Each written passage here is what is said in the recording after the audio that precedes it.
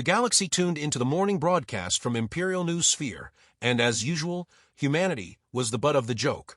The anchor, a gelatinous life form with 6 eyes and the voice of a malfunctioning saxophone, chuckled as the headline scrolled across the screen. Earth, still primitive, still pathetic, still addicted to something called coffee. The Empire's propaganda department loved reminding its citizens that humans were a minor species tolerated only because they're oddball cultural exports, cheap sitcoms, meme compilations, and reruns of a show called Baywatch entertained alien aristocrats. In the Empire's eyes, Earth was little more than a cosmic clown show. But to Captain Sarah Grant, sitting in the dimly lit command chamber beneath Cheyenne Mountain, there was nothing funny about another sneering broadcast. She had been watching alien smugness for years, every eye roll of condescension boiling her blood. At 38, with cropped dark hair and a gaze that could curdle milk, Sarah embodied the contradiction of her species, equal parts stubborn grit and sarcastic irreverence. She wore her uniform jacket half-zipped, boots scuffed, and a mug of coffee permanently glued to her hand. Her subordinates sometimes joked she was less captain and more caffeine-powered war goddess. Today, though, her eyes weren't on the mug. They were on the message blinking across her tactical screen, a demand from the Empire's regional overlord, Warlord Krivthak.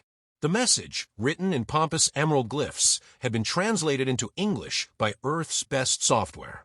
The gist was simple: surrender an item of cultural value as tribute to prove humanity's loyalty. The aliens wanted something iconic, something to flaunt in their museums as proof that Earth bent knee. Krivthak's expectations were grand. He likely pictured Shakespeare's original folios, the Mona Lisa, maybe the crown jewels. What he received instead was a neat little package containing a VHS box set of Die Hard, a still-functioning Nintendo 64, and a cartridge of GoldenEye 007. The courier drone delivered it with all the ceremony of a pizza order. When Krivthak opened the box before the Imperial Court, he did not laugh. The warlord's mandibles clacked in confusion as he held up the small plastic cartridge. "This GoldenEye," he growled. "Is it a weapon? A relic? A threat?" In the shadows of the court, advisors whispered frantically. One muttered that John McClane might be a Terran warlord. Another suggested that perhaps Nintendo was Earth's supreme AI. None dared admit they didn't understand the gift. Krivthak's pride curdled into fury. To him, this was not eccentricity. It was mockery. Sarah watched the intercepted broadcast in the control room, leaning back in her chair with a grin. "I'd say that went over well," she remarked. Around her, the underground chamber hummed with activity. Maps projected on the walls, technicians muttering into headsets, klaxons occasionally groaning in the distance like half-asleep bears. Chief Engineer Miguel Sparks Alvarez, hunched over a panel of exposed circuitry, snorted. His jumpsuit was streaked with grease, his wild curls barely restrained by a bandana patterned with flaming skulls. Sparks had the gift, or curse, of seeing every machine as a stubborn animal that needed coaxing with duct tape and curses.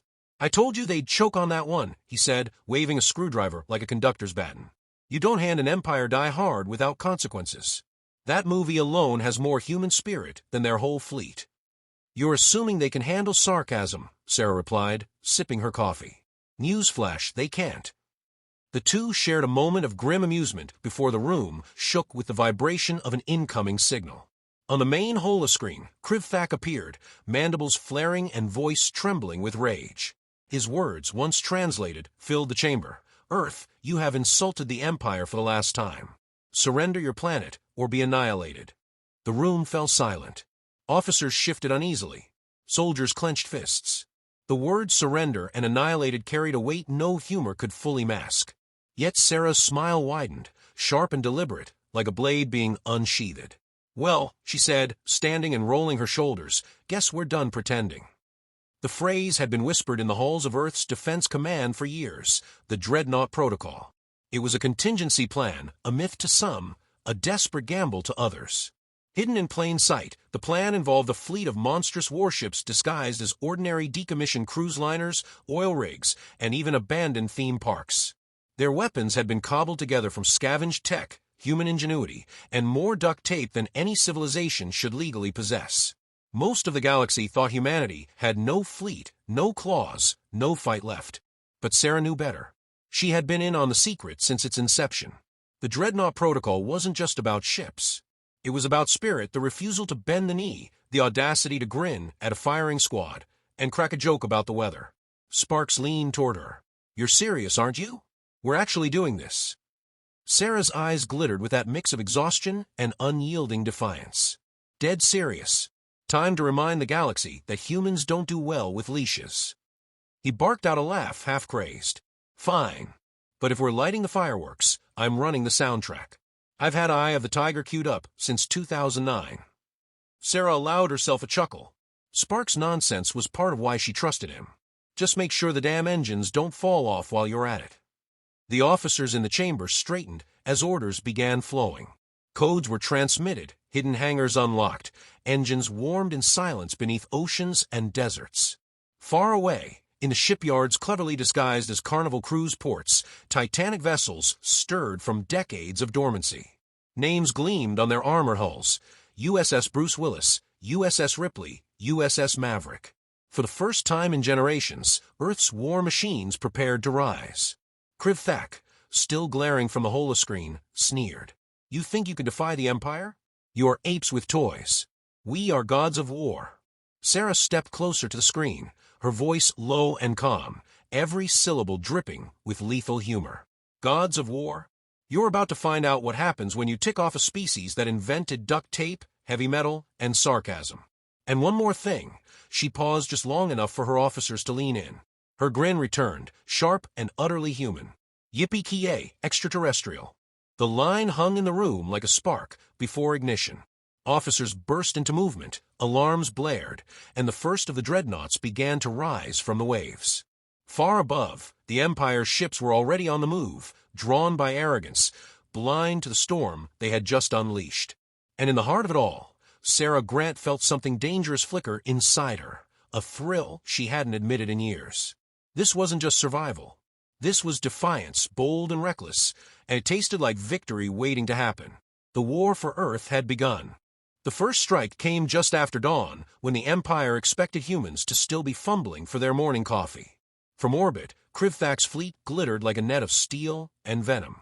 His armada stretched across the sky in perfect formation, disciplined and merciless, a display meant to terrify. But fear was not what Captain Sarah Grant felt as she stood on the bridge of the USS Bruce Willis, humanity's most audaciously christened dreadnought. She felt anticipation, sharp and electric, as if history itself was holding its breath. Sparks Alvarez leaned over the console, hands buried in wires that looked more like spaghetti than military hardware. His tongue stuck out in concentration, and he muttered, "Just one more bypass there. Shields online, I think." He wiped grease across his cheek, leaving a streak like war paint. "You know, I never thought I'd see the day our lives depended on me duct-taping a Soviet reactor to an old Carnival cruise engine." Sarah smirked, though her eyes stayed fixed on the approaching fleet. Welcome to humanity's brand of genius. When life gives us lemons, we build a railgun and name it after a Bruce Springsteen song. Around them, the crew, men and women from every corner of Earth, hustled with a tension that wasn't fear but eagerness. These weren't soldiers polished to gleaming perfection. They were scrappy, sarcastic, and stubborn. A few still wore mismatched uniforms. One had a Walkman clipped to his belt, and another chewed gum like he was in a high school hallway, not a warship about to face annihilation. Above Earth, Krivthak's flagship opened fire. A lance of green energy seared through the atmosphere, turning the sky into molten glass. The ground shook. Cities trembled. For a moment, even Sarah's bravado flickered. The Empire was not bluffing. Then the Bruce Willis roared to life. Engines thrummed, hull groaned, and weapons unfolded from hidden compartments. From the outside, the ship still looked absurdly like a luxury liner with extra scaffolding bolted on. But the first salvo it fired turned that illusion into legend. A cannon named Goldeneye spat a beam of blue fire, shredding an enemy destroyer in a single strike. The crew erupted in cheers, the sound more like a football stadium than a war room. Sparks hooped, slamming his fist against the console. "Yes. Take that, you overgrown calamari." Sarah didn't celebrate. She leaned forward, eyes narrowing. The Empire had underestimated them, but the fight was far from over. On the holoscreen, dozens of enemy ships pivoted toward Earth's first dreadnought, weapons powering in unison. "Brace for the encore," she said, her tone steady but edged with something darker. an understanding of the storm about to break. The alien counterstrike hammered the Bruce Willis. Shields flared and dimmed, alarms shrieked, consoles spat sparks. Sparks Alvarez cursed in 3 languages, tearing open another panel to reroute power. Crew scrambled, some yelling battle commands, others shouting sarcastic quips, as if humor could hold back annihilation. One officer barked, "Sir, they're jamming our comms," and another replied, "Tell them we don't take requests." Outside, more dreadnoughts rose to join the fight. The USS Ripley, a sleek monster hidden under the Pacific, burst through the waves, launching missiles that streaked like falling stars. The USS Maverick followed, its hull still painted with faded murals from its tourist days, as if daring the galaxy to laugh. Together, they unleashed chaos. Alien ships faltered, their pristine formations collapsing under the barrage. But Krivthak's voice soon cut through the static, venomous and unshaken. "You think your toys can stop the Empire? You are children with firecrackers facing a thunderstorm." Sarah keyed her comm, her face lit by the glow of burning ships.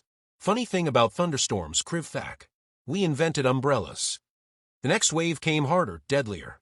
One dreadnought staggered under enemy fire, hull breached, crew scrambling to patch holes with sheets of steel and sheer desperation. Sparks dived across the deck, dragging cables, jury-rigging shields with a manic grin. His mind worked at a pace that defied panic. Where others saw failure, he saw puzzles. Rerouting auxiliary power through the entertainment grid, he muttered.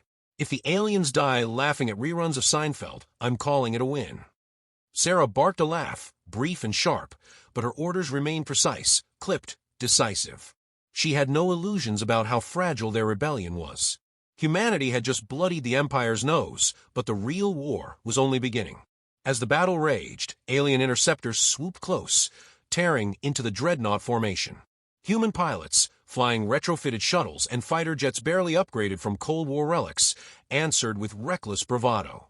Dogfights lit the sky, contrails streaking like brushstrokes across a canvas of fire. Sarah's eyes darted across tactical readouts, measuring gains and losses. Every victory came at a cost. Every ship destroyed was a reminder that humanity's margin for error was razor-thin. Yet her voice never wavered as she directed maneuvers, her calm a shield for the crew. When the Bruce Willis narrowly avoided a killing blow, Sparks let out a manic cheer. "I told you, she's tougher than she looks. Like Betty White with torpedoes."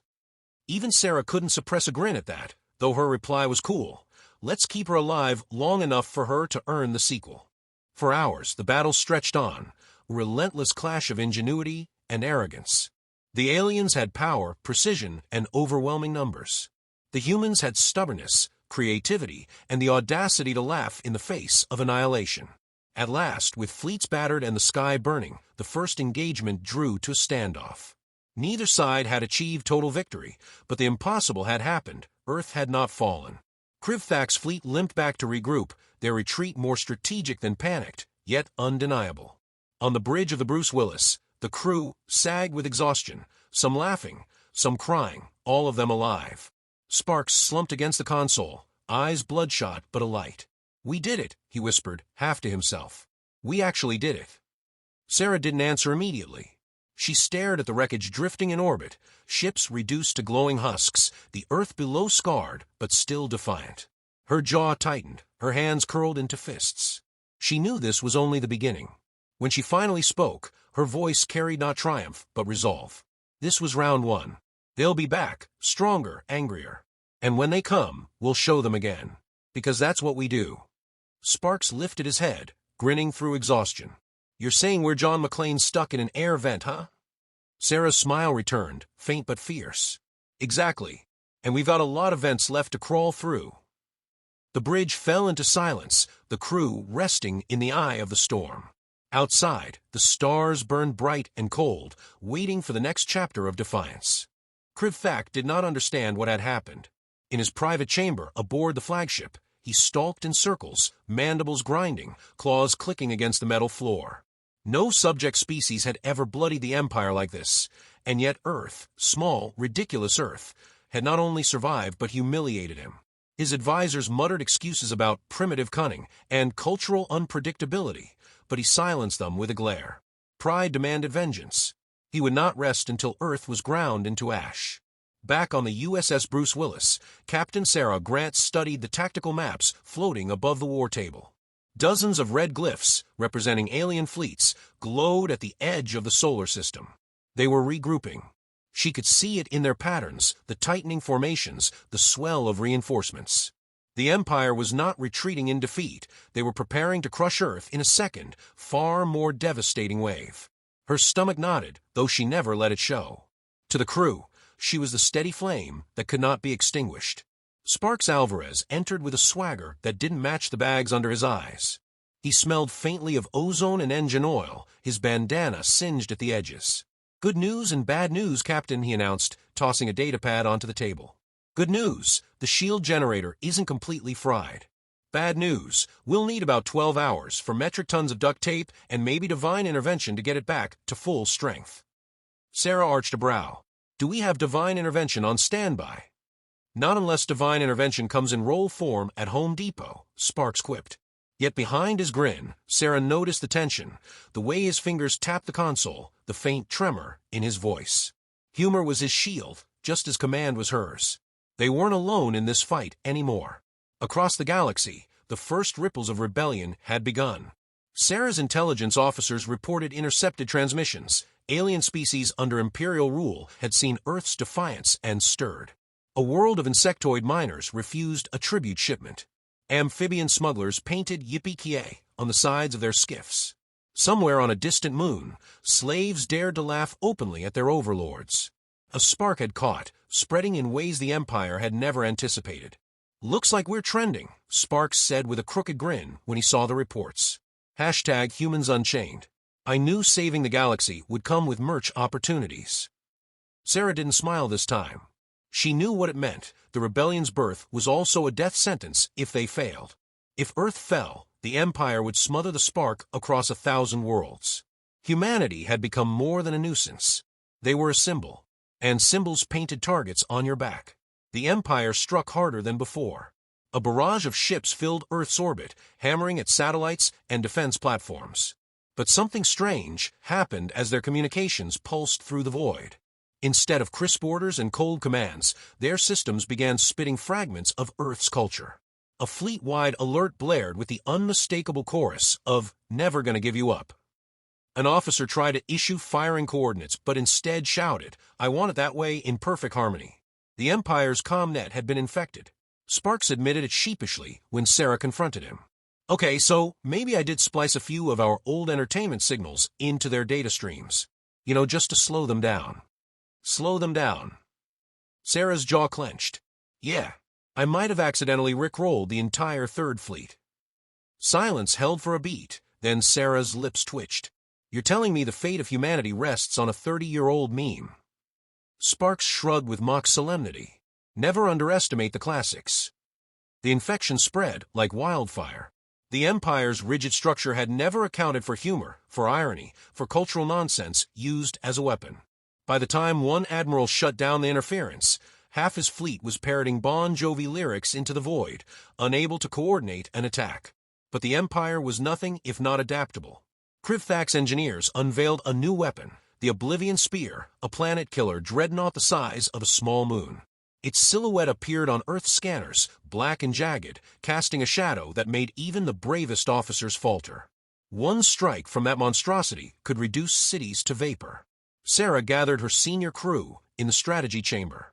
The air was thick with exhaustion, fear, and the copper tang of recycled oxygen. Yet she stood tall, every inch the captain her people needed.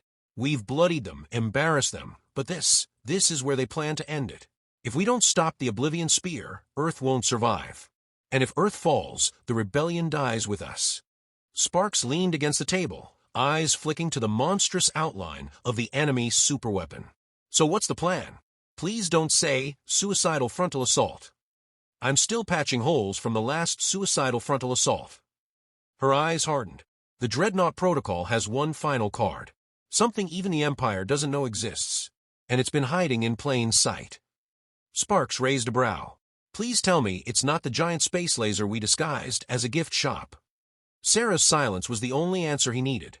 His grin spread, wild and reckless. "You're insane. I love it." The crew dispersed to prepare. each step heavy with the knowledge that they were walking toward what could be the end of everything. Yet there was no despair in their eyes, only determination. They were misfits standing against gods, armed with duct tape, sarcasm, and the desperate hope that maybe, just maybe, that was enough. As Sarah lingered in the chamber, alone with her thoughts, the stars beyond the viewport glittered like indifferent spectators. She felt the weight of command pressing down, heavier than the steel hull around her. In the silence, she allowed herself a whisper, not for her crew, not for history, but for herself. We're not just fighting for Earth anymore. We're fighting for every species that ever wanted to laugh at their masters. Behind her, Spark's voice called out, bright and irreverent. Captain, don't get too dramatic. We've got a karaoke-powered railgun to prep. She turned, her grin returning at last. Then let's make sure the galaxy hears us sing. The battle lines were drawn. The Oblivion Spear was coming. And humanity, reckless and ridiculous, was ready to meet it. The Oblivion Spear drifted into orbit like a blade unsheathed, its surface black and jagged, its weapon core pulsing with malignant light. Every sensor on Earth screamed at once. The dreadnought was larger than any human city, its shadow smothering the stars. On the bridge of the USS Bruce Willis, Captain Sarah Grant stared at the monstrosity, her jaw tight, her mind calculating odds that tilted further from survival with each passing second. She had been in impossible fights before, but nothing compared to this.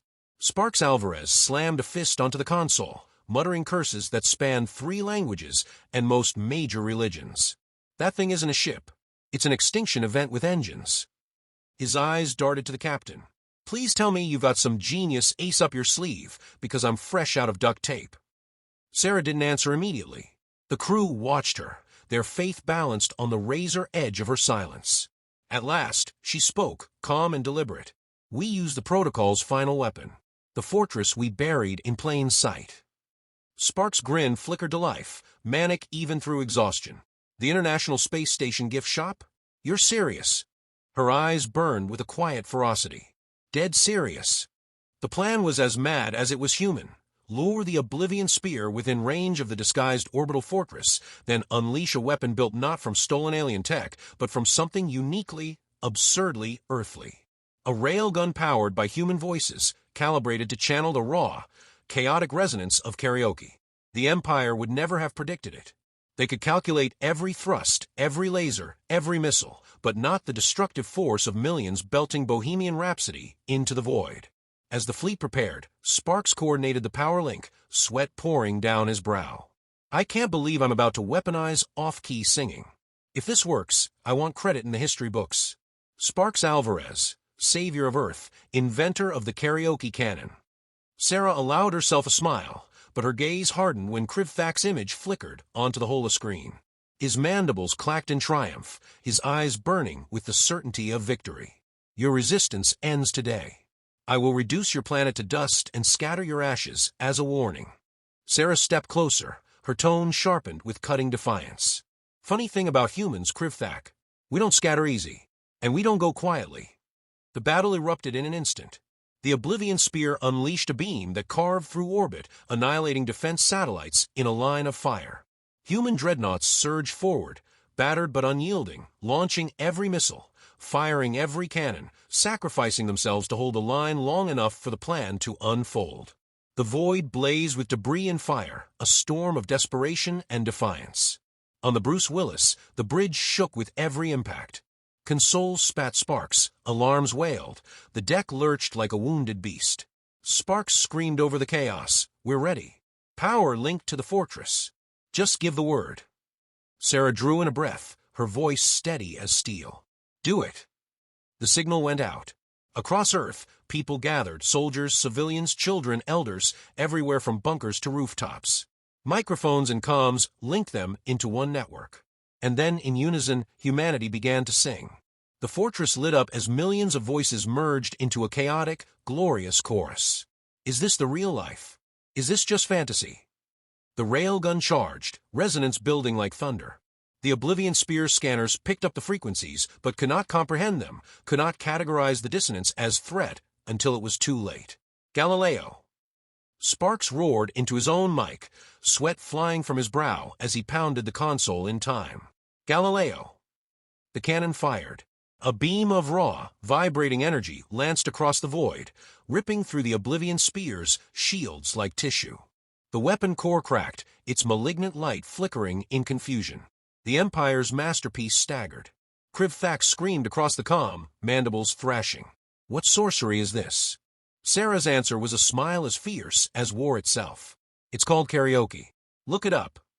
The fortress fired again and again, each shot powered by the absurd, indomitable refusal of a species that had never stopped singing, even in its darkest hours. The Oblivion Spear cracked down the center, splitting apart in a blossom of fire and ruin. The explosion lit the heavens, a sunrise of rebellion visible from every corner of the earth. Silence fell in the aftermath, broken only by the ragged breaths of the crew. Sparks collapsed into his chair, wiping his forehead. We just saved the world with Freddie Mercury. I'm never complaining about karaoke night again. Sarah looked at the drifting wreckage of the Oblivion Spear, her chest tight with the weight of victory. But her eyes turned toward the stars, where other Imperial fleets still lurked, uncertain, watching. They had seen the impossible. They had seen gods of war undone by laughter and song. The spark of rebellion would not be extinguished now. It would spread. Krivthak, battered but alive, was dragged onto the Bruce Willis by Marines. His mandibles clicked in disbelief as Sarah approached. She studied him with cool detachment, then leaned close enough for only him to hear. You lost because you never understood us. You thought civilization was polished steel and flawless order.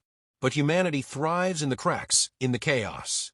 We fight with duct tape, sarcasm, and bad singing. And you'll never beat that.